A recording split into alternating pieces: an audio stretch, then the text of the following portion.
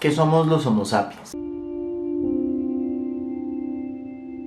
Los Homo sapiens somos una especie animal. ¿Eso qué significa? Que pertenecemos a un grupo de individuos que tienen la inclinación biológica a aparearse entre sí y que además al aparearse pueden generar una cría que sea a su vez fértil, es decir, que genere otras generaciones que llevan pues a una línea de desarrollo evolutivo. Pero además los Homo sapiens hemos sido tan arrogantes que nos hemos autodenominado sapiens, ¿no? Como sabios. La pregunta es ¿qué tan sabios somos? No solo en un sentido de inteligencia intelectual, sino incluso en un sentido moral, ¿no? ¿Somos moralmente inteligentes? ¿Qué tan inocente ha sido nuestra evolución? Porque si ustedes piensan en el colegio, o al menos a mí me tocó esta idea de la evolución como una historia muy romántica, muy heroica, en la que el Homo sapiens era como lo más elevado de la evolución, ¿no? A lo que aspiraban a llegar esos antecesores que serían escalones que nos habrían traído al estadio actual. Entre esos antecesores estarían, por ejemplo, los neandertales, unos seres también homo, pero no sapiens, no serían sabios, pero sí caminaban también erguidos, podían incluso utilizar herramientas. Y hemos pensado entonces que ellos nos antecedían, pero en su libro de Animales a Dioses, Harari plantea una pregunta, la verdad, bastante inquietante. Y es ¿hasta qué punto hemos creído eso? Que los neandertales nos antecedieron y que nosotros simplemente llegamos a un estadio superior porque la selección natural nos trajo hasta aquí, y en cambio pudiera ser más bien, y la evidencia apunta a ello, a que hubo un momento en el que coexistimos, y esa coexistencia pudo ser entre dos especies de una misma familia. Para poner un ejemplo, pues Harari nos habla de los caballos y su relación con los burros. Ustedes saben, y si no pues les cuento, que un caballo y un burro pueden aparearse, no naturalmente, sino cuando los seres humanos pues los inducen a hacerlo. Y al aparearse pueden tener una cría. Esa cría le llamamos mula. Las mulas no pueden reproducirse, por lo tanto no generan una cadena evolutiva. Pero fíjense, hay cierta cercanía que muestran algunos análisis de ADN, que en nuestro ADN actual, en algunos grupos humanos,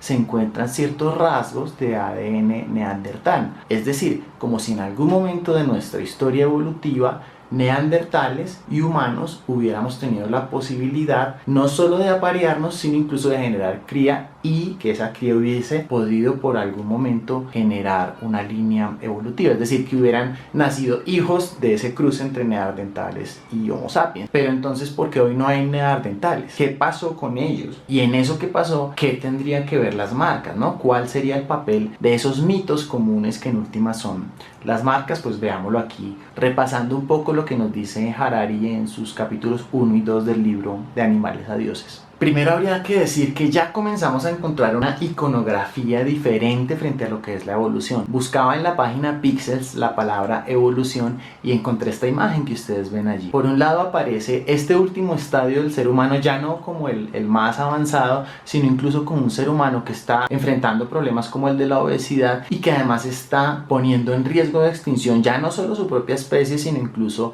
al planeta Tierra como tal, o algunas formas de vida dentro del planeta, porque como nos mostró el coronavirus, más posible es que nos elimine la misma Tierra a nosotros, ¿no? Que nos elimine como un virus a través de otros virus como el coronavirus, a que nosotros acabemos con la Tierra, a no ser, porque también esa posibilidad existe, que con una guerra atómica acabemos con toda esta vaina. En todo caso, en esta época en la que comenzamos a ver con una mirada más crítica nuestra propia historia, en la que nos comenzamos a cuestionar hasta qué punto somos de verdad esa especie sabia que creemos ser, Harari dice, puede ser que la evidencia nos esté indicando que los Homo sapiens arrasamos con los neandertales, es decir, no que nos antecedieron, sino que en esos momentos en los que coincidimos, los Homo sapiens se habrían impuesto de una manera violenta sobre los neandertales, ¿no?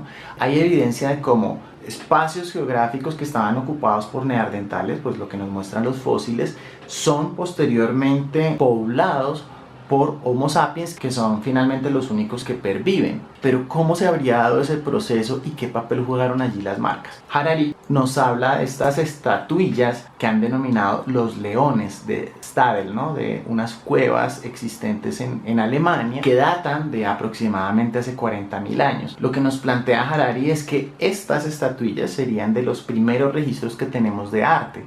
Pero ¿qué es el arte? ¿Y cuál es su papel dentro de esa lucha, en este caso entre neandertales y Homo sapiens. El arte, en este caso, estas figuras de hombre león o de mujer león, no es muy claro, digamos, el género de la figura, pero lo importante aquí es que son creaciones culturales que hacen referencia a algo que no existe. Esto parece ser una característica única de nosotros como especie humana, y es que podemos hablar de cosas que no existen.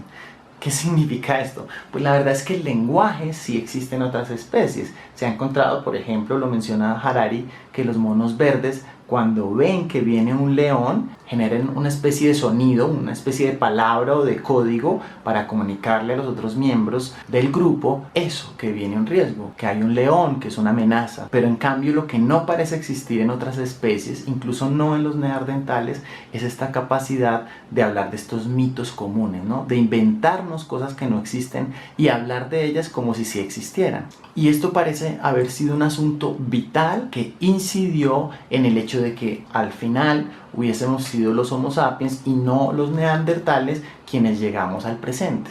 ¿Por qué? Aquí ya entran otro tipo de evidencias que son más sociológicas, que son recapituladas por Harari, las cuales plantean que los grupos humanos tienen como un tope. Cuando llegan a 150 miembros, la comunicación entre ellos ya se vuelve muy distante. Ya no puede haber lo que se traduce en el libro de Harari como chismorreo, ¿no? El gossip, el chisme, ¿no? Y ustedes dirán, ¿y qué tiene que ver el chisme en todo este cuento? Pues resulta que el chisme se vuelve un medio de comunicación para que estos miembros de una comunidad de 150 personas sepan más o menos quiénes son esos otros, hasta qué punto pueden o no confiar en ellos. Pero cuando ya se supera ese número, ya no es suficiente el chisme, la comunicación oral, digamos, para poder generar unos lazos que le permitan a los grupos actuar de manera coordinada. Los neandertales, al parecer, no podían pasar de ese límite de 150 miembros, porque no tenían el desarrollo cerebral que les permitiera un lenguaje simbólico a partir del cual se generaran mitos. ¿Y por qué eran importantes los mitos? Pone el ejemplo Harari de marcas actuales como Peugeot, que justamente utilizan esta figura del león, ¿no? Parecido a las figuras de Stade. Como con todas las marcas, la idea de Peugeot permite que personas que viven en diferentes lugares del mundo crean que trabajan con el mismo fin, con el mismo propósito, que es hacer y vender carros. Pero en realidad, dice Harari, Peugeot no existe, las marcas no existen, son un invento que está en nuestras mentes y que se fortalece a través de las historias que nos contamos. Y entramos entonces ahora acá a entender cómo es que esto habría incidido en esa confrontación entre neandertales y Homo sapiens, confrontación violenta por demás. Y es que si las bandas de los neandertales no podían crecer más allá de los 150 miembros, en cambio las de los Homo sapiens, a partir de los mitos comunes, de una idea imaginada de comunidad, de lo que podríamos llamar una banda, una nación, una tribu que persigue un mismo fin, pues entonces a partir de esa articulación colectiva se habría podido sistemáticamente enfrentar a los neandertales y vencerlos, pues por el simple hecho de que un grupo más grande, organizado, a partir de una colaboración entre extraños, pues termina siendo mucho más efectivo en la guerra que un grupo de 150 personas que es mucho más reducido. Entonces fíjense la paradoja, nos llamamos Homo sapiens haciendo referencia a que somos sabios, pero digamos que lo trágico o triste o escalofriante de lo que nos plantea Harari es que al parecer hemos utilizado esa sabiduría, esas habilidades cognitivas innegables, esa capacidad de colaboración entre extraños que se genera a partir de la construcción de mitos comunes, de marcas, ¿cierto? De símbolos que nos unen, pues ¿para qué? Para eliminar a los diferentes, a los que no son como nosotros.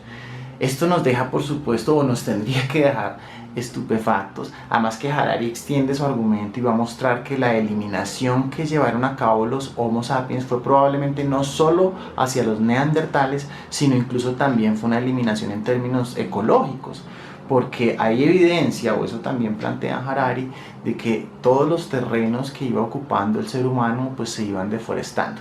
Digamos que eso no se aleja del presente y lo discutiremos con más profundidad en otra entrada en la que también vamos a profundizar en la pregunta, bueno, si la marca Homo sapiens se ha traducido en unión entre muchos extraños alrededor de mitos comunes para eliminar a otros que son diferentes a nosotros, ¿será que quizás deberíamos repensar nuestra marca?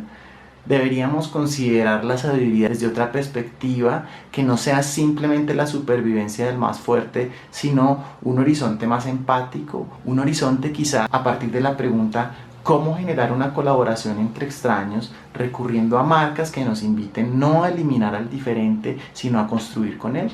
He ahí la cuestión.